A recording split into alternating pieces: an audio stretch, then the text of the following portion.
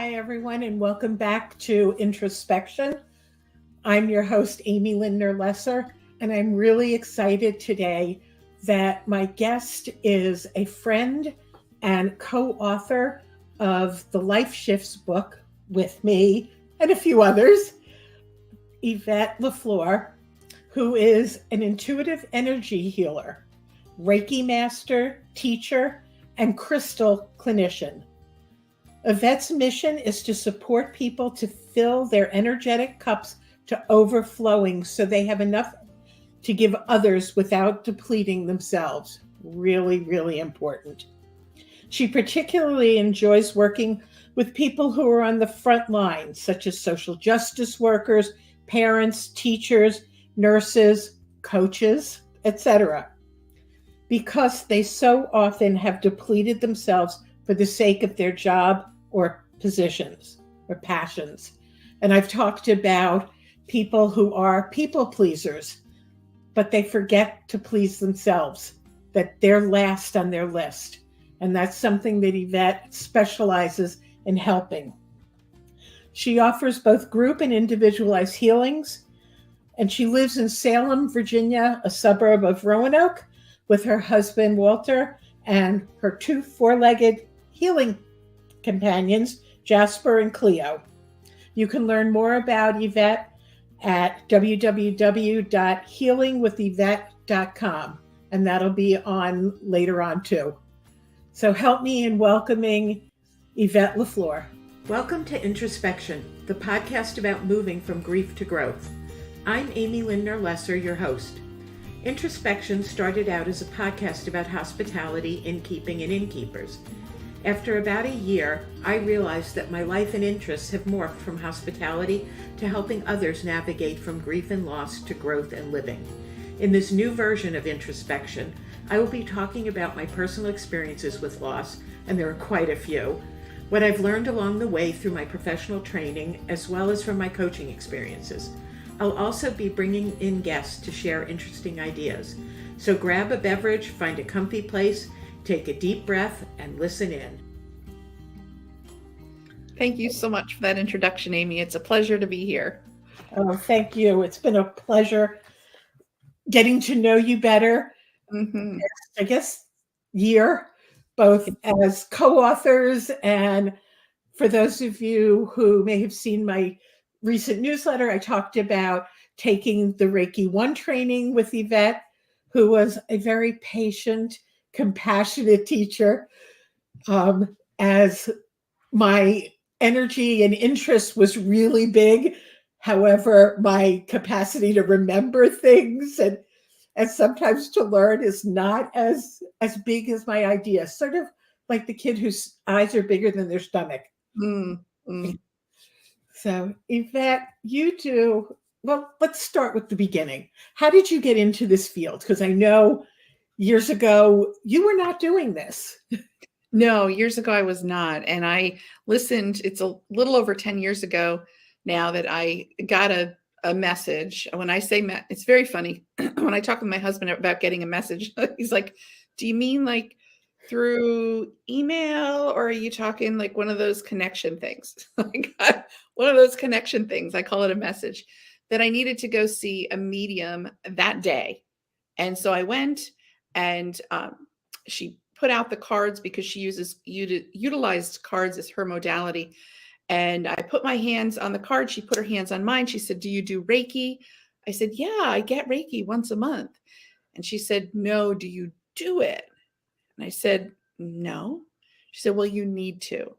And there are times when I get the message and I'm clear that it's for me and it's the next step. And so I took that next step, and I've been riding that ride for about 10 years now. And it's taken me to a variety of places.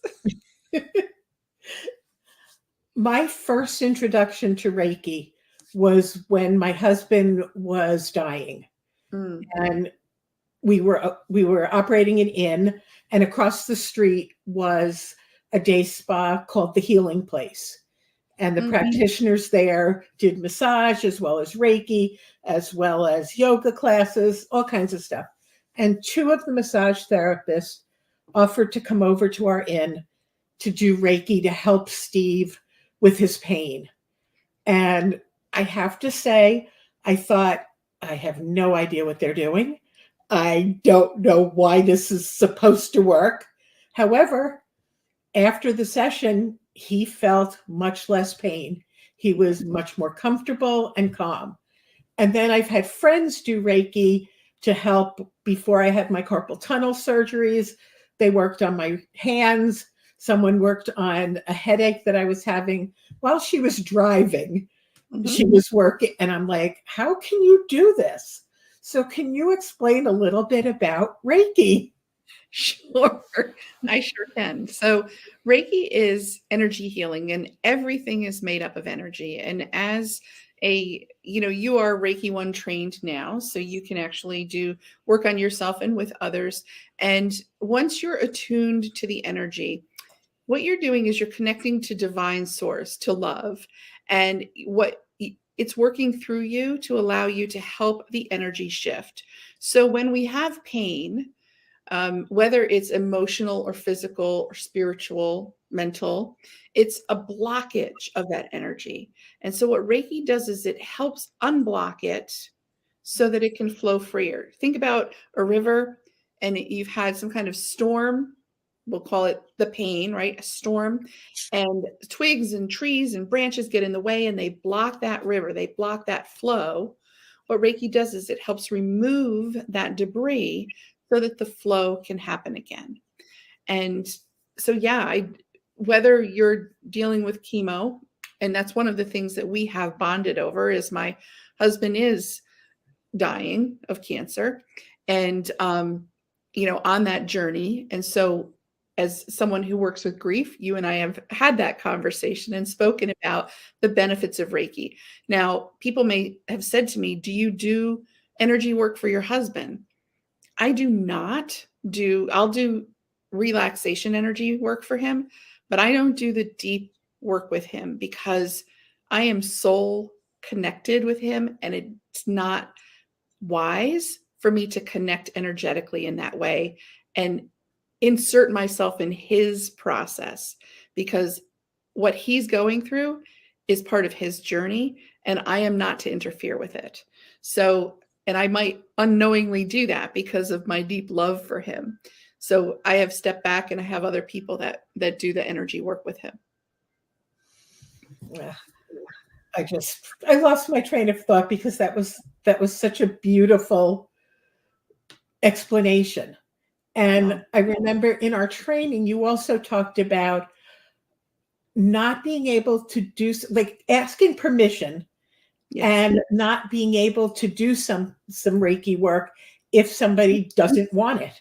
Mm-hmm. And I think that's very important. And I think part of what I heard you say, not in words, was that maybe for you shouldn't want that. And I hate saying should, but that not to put yourself there, mm-hmm, for your health and mental, physical. And I know you do healing work remotely and in your healing, what do you call it? Your spiritual? I call it my spirit room. My spirit room. That's where we are right now. All the crystals behind me. Yeah. And I got to pick a crystal to hold and to play with for our training day, which was fun. I've been playing with one all day today, and I'm not sure. Can you see it? Yes. It looks like a colored agate. Yep. I've just been holding it. For some reason, it spoke to me. And I always have my crystals next to me. I do have to move them, though, because they're in a metal bowl. And you said that was not what they should be in. They're in a bowl that means a lot to me because it was my grandmother's. Oh, wonderful. That's wonderful. But I need to take it and put it into something else, a stone or something. You do a lot of work with people who are grieving. I do. And how does Reiki help somebody who's grieving? So first, I want to say that the universe, years and years ago, it was shared with me that part of why I'm here in this physical realm right now is to do grief work for my ancestral line. And so it's no accident that I'm given this opportunity with my husband to really like feel my level of grief. That, I know everybody's grief is not comparative, as you know. I'm not telling you anything you don't know. But for me, this is, reinforces it to our listeners. say again. What you're saying reinforces what I've said for our listeners. So yeah. But for me, it's the deepest of griefs that I've ever experienced. And I'm like, what was that question you just asked? So what I found is, because I'm here for that work, the clients that come through my door are dealing with grief of loss of husbands, of mothers, of jobs, of lifestyles, of all different types of grief. And I say to the universe, oh, I see what you're doing here. You're really having me have the opportunity to not only do my work, but help others on this journey, because the tagline for my business is, when one heals, we all heal. So what Reiki does is, we have 7 energy centers in our body, and they're called chakras. And so we can feel grief in one or all of those chakras, depending on what's going on. So for example, the root chakra is about safety and security. So when one loses a partner, maybe they're a financial partner, or you lose a job, that sense of safety and security is rocked. And it's like those branches in the river that clog up your energy in that chakra. And so what I can help people do is get that energy moving so that they can do their grief work and get back to center and feeling grounded and safe and secure. And it works all the way. Every chakra has a different connection to grief. And so that's what I'm able to help people do. And it can be very passive for the recipient, right? That they are just sitting or laying as you do the energy work, sort of, I'm going to say on them, even though you're not necessarily touching them, right? Or even with them. Yeah. And that's one of the misconceptions around energy healing and energy work, is that I heal people. I don't heal people. I'm the conduit for the energy, and the person has to be in alignment with their healing. They have to want the healing, because they have to do the work. So whether it seems passive, and there's this just a very light and loving movement of the energy, and sometimes it's about relaxing your energy field so that your body can get back in flow. And I think that that's one of the things that Reiki does for chemo patients, is it helps soothe the nervous system so that their body can do the work that needs to be done. Or it can be very active. I have personally received energy healing where I'm almost in a fetal position, sobbing, because I am releasing what there is to release. Now that's because that's my comfort level. I'm a crier. I'm like, let it rip, let it out. I feel better. Not everybody wants to do that when they're receiving a session, but it's not passive in the sense that do me. It's active, because you need to be an active participant in the work that's being done, because it's your work, it's your journey. As a Reiki master working with you, I'm just facilitating that journey. It's like with any other form of therapy. You have to want the change to happen, and you have to participate in some way. Yes. But with Reiki, the difference is that it's all like internal. You're not necessarily speaking it. You're not touching it unless you want to touch it. Like I did some work on my hip the other morning. Oh, good. And it really helped. And I was amazed, because I didn't know what I was doing. that'll happen. But at this point, I didn't. And I just said, okay, I want the energy to start flowing. I didn't say all the right words. And I put my hand right above my hip and just held it there. And within a few seconds, the spasm or whatever was going on went away. And I'm like, that makes me happy. it's amazing. This brings up to me something that we've talked about and I speak about a lot, which is everything is energy.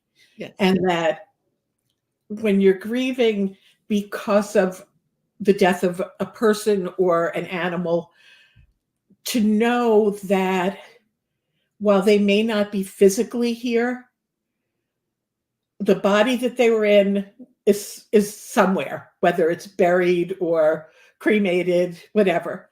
However, the spirit doesn't go away. Correct. And I remember seeing my father about 30 minutes after he passed away, looking at him going, that's not my dad. I could see that he had left his body. And so I felt comfortable and comforted by being able to talk to his spirit, which I know is around. His energy is here. He laughs at me when I make silly arithmetic mistakes because he knows, as he said to me in high school, I'd get a 98 on a math test. What'd you do? Spell your name wrong? It was that dumb that, you know what you're doing. Why did you get 100?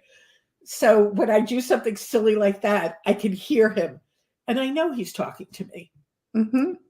I don't call them messages. I call them downloads. Yep. That it's the clairsentience. Or clairaudience. I don't necessarily hear a voice, but it's the message that I get to do this. And my viewers may think I'm nuts right now. One of the things that I get is I can feel that my husband is standing behind me and his hands are on my shoulders right now because I feel pressure in my shoulders that he's there.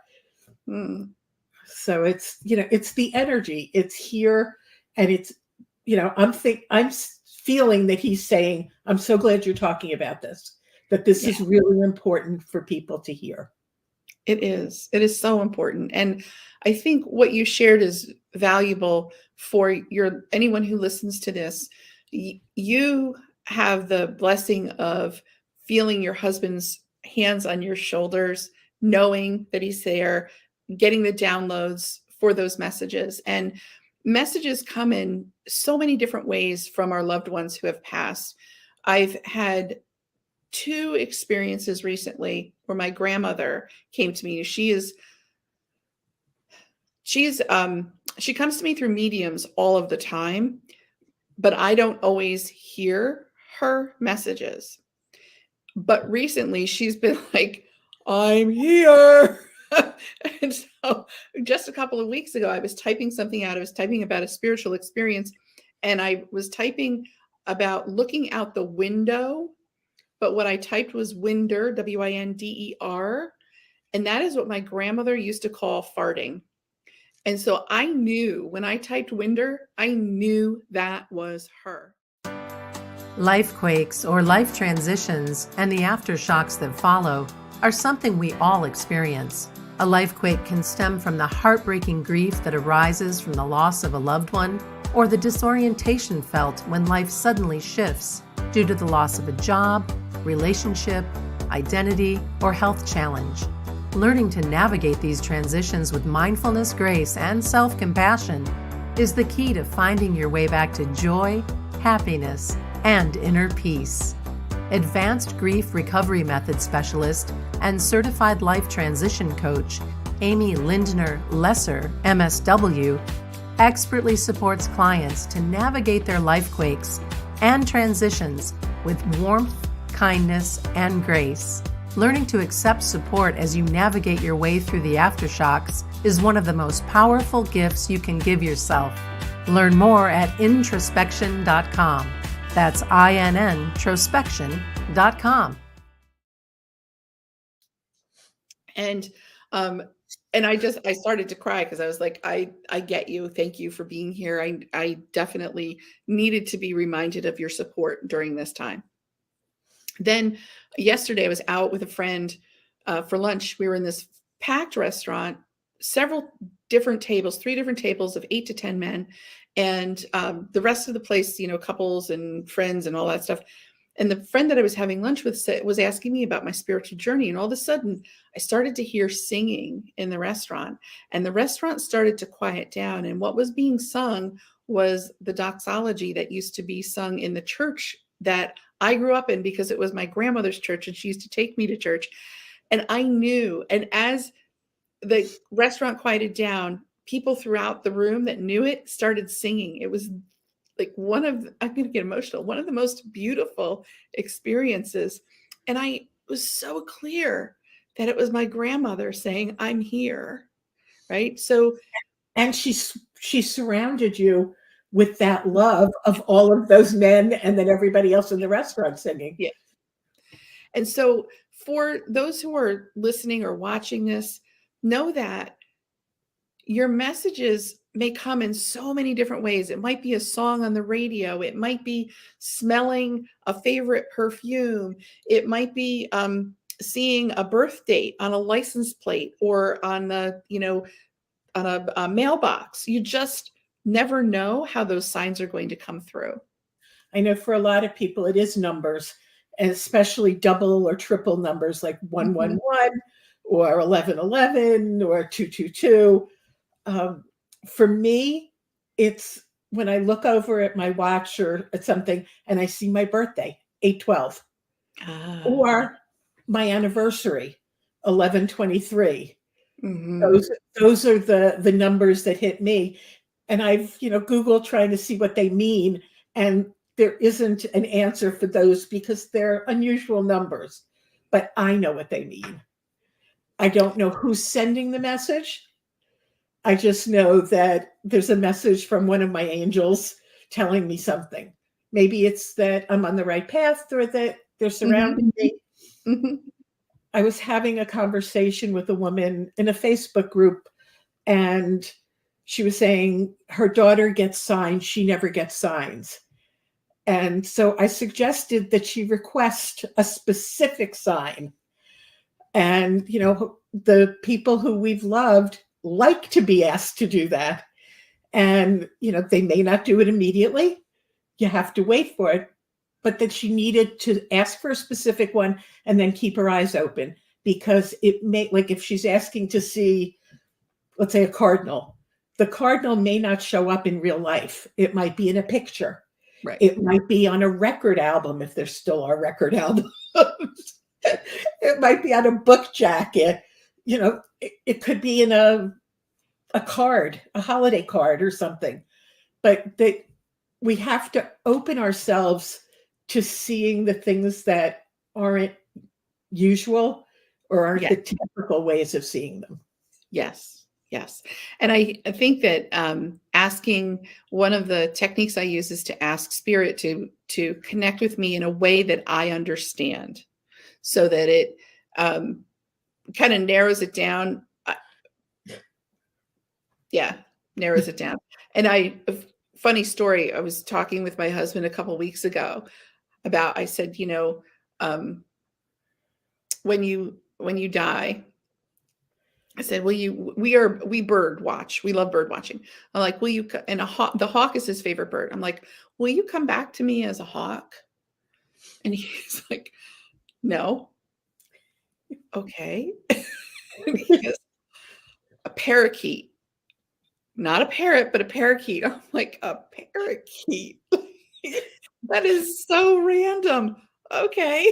Especially since he's a tall man, and just see him in this little bird. Well, no, he was talking about the parakeets, not the parrots, the parakeets. Oh, wait, no, parrot is what he meant. Oh, a parrot. Okay. Not the parakeet. Sorry, I said it backwards.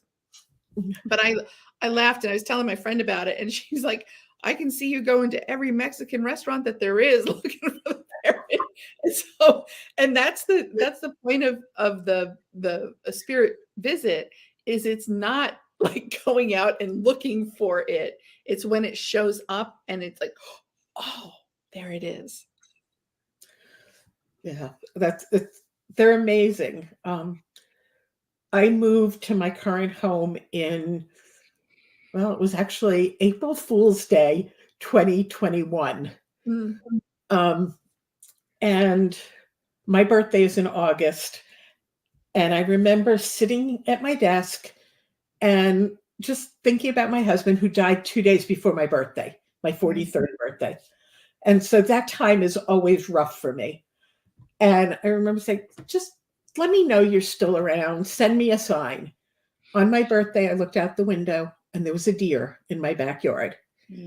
And I live in a development. They're building some houses in the former farmland behind me. So it's loud. It's, and there was this deer walking in my backyard.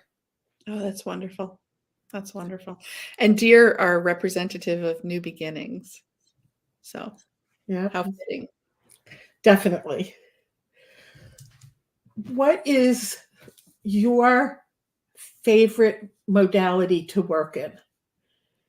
You do the Reiki, you do other healings, you do oils, Yep. crystals. Yep. Yeah, that's an interesting question, because for me, it's a combination. The energy healing that I do, I call it energy healing because it's not just Reiki.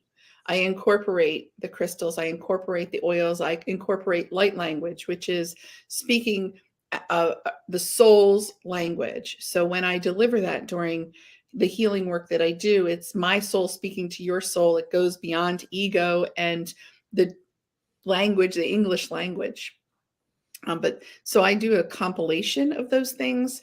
There's not just one. It's like, what tool in the tool belt is going to work best for what we're doing today?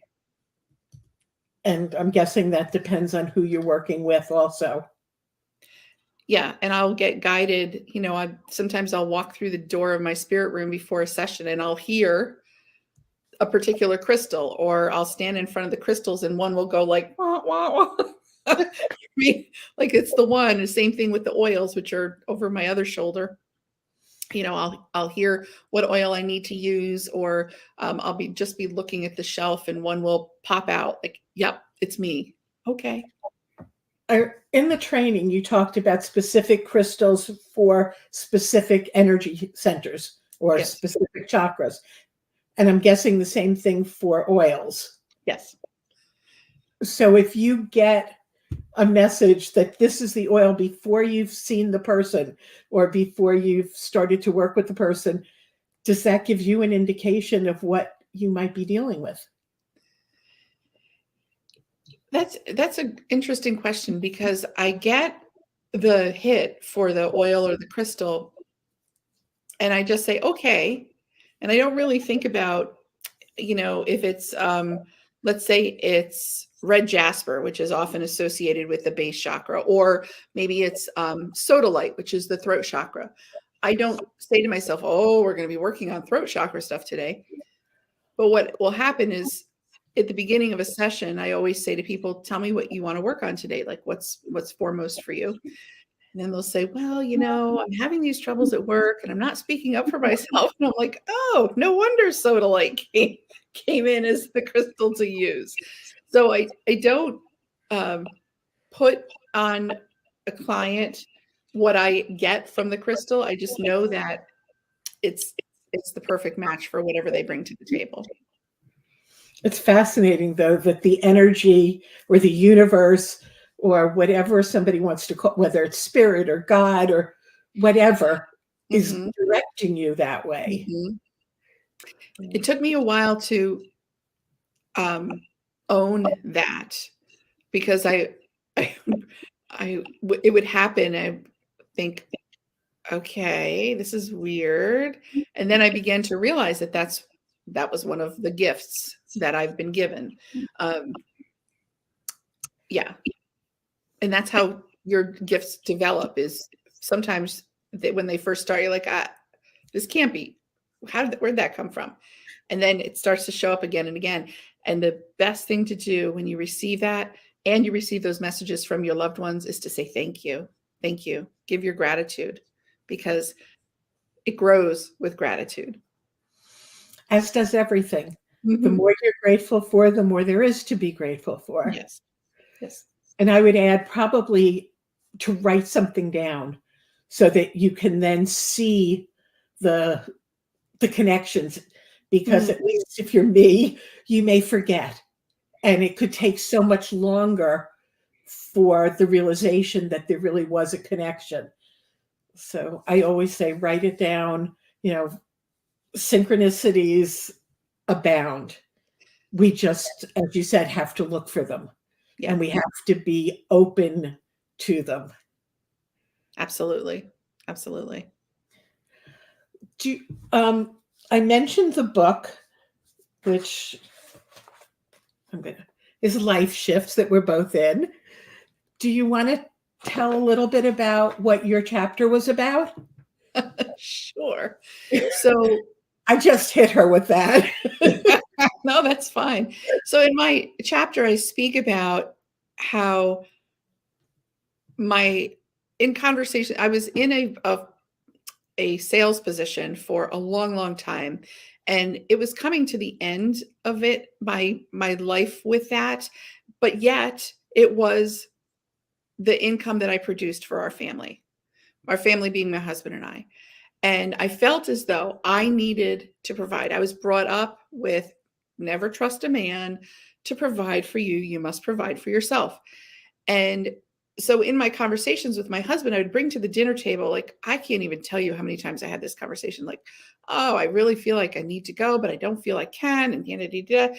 And he was so patient with me for a very long time. And he finally said to me, you need to consider that you have never allowed anyone to take care of you. And I swear my hair blew back. I was just like, oh, you are so right. And in that moment was when I began to untangle that conversation that I couldn't allow someone to take care of me. And that I began to step into trusting that my husband could financially provide when I left that business and started growing my healing business. And in the book, I share about how in August of that year, it was a couple years ago now. Yeah, a couple years ago. In August of that year, when I stepped away from the leadership portion of my job, which was my main income, there was such a sense of freedom. And then in November of that same year, my husband got his cancer diagnosis, which was a stage 4 diagnosis. And in that moment of the diagnosis and finding out, I realized that I had made my life shift, because I didn't go to the thought of, I need to rebuild the first business. I just said, no, it'll all be okay. Everything will be taken care of. And I will tell you that it has reared its head. It has definitely reared its head. And so now it's moved from trusting that my husband will take care of me to trusting that the universe, like, it's in my highest and best good. What is happening is in my highest and best good, which is quite the thing to surrender to. So that's a little bit about my chapter in the Life Shifts book. And it is definitely worth reading, as are all the other chapters. They're wonderful stories, true stories of women's survival and, what's the word I'm looking for? Sort of winning over challenges. Yep. And that's something that I learned, like you, to trust the universe, that I can put my desires out there, and that's good. And it's important, because if you don't, then nothing's ever going to happen.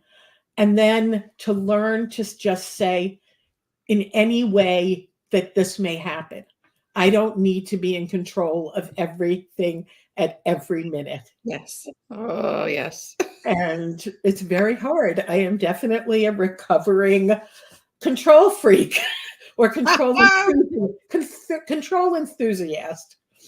Oh, I like that. And I've learned that I don't have to do it. The universe will provide.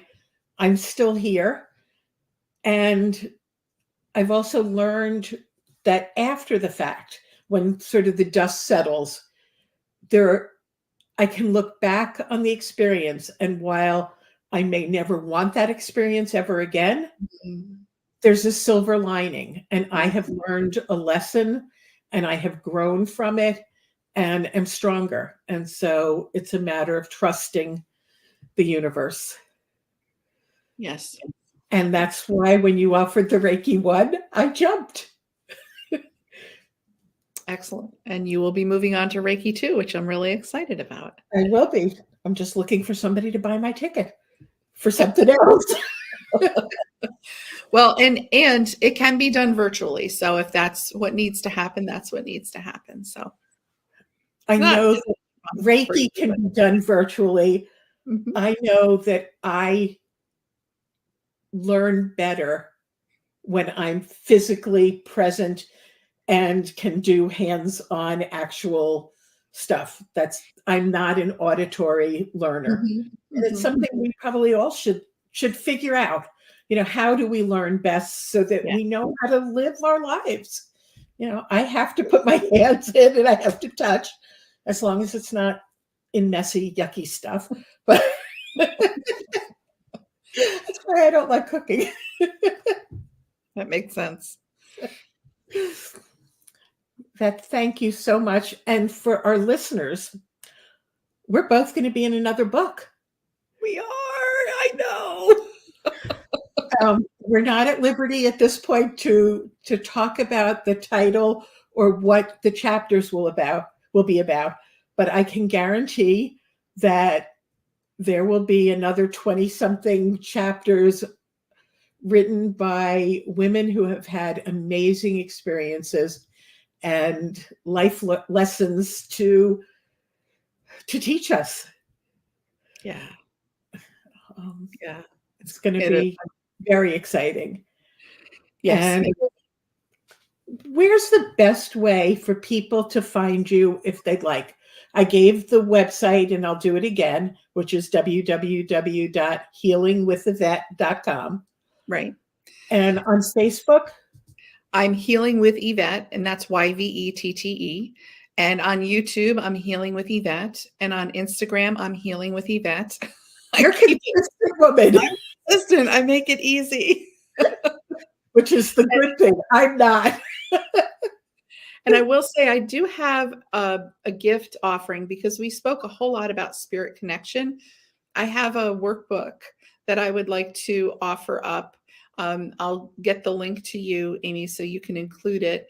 It's called Spirit Speaks, and it's 6 different ways to connect with spirit, whether it's through crystals or listening for your loved ones or those angel numbers or dreams. There's a couple of different ways for you to connect. And I give you some tips and ideas.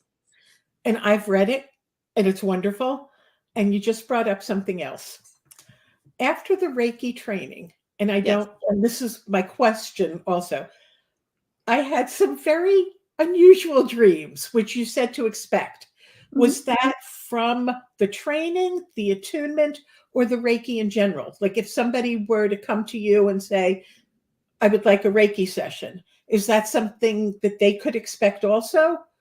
Or is it more from the training and the attunement? It could, I can't tell you exactly what it was from, but what happened is the shift in energy opened you up to getting messages in that way. Not everybody dreams. And I talk in my book, workbook, I talk about how we all dream, we just might not remember them. And so I share some ideas on how to remember your dreams and start working with them.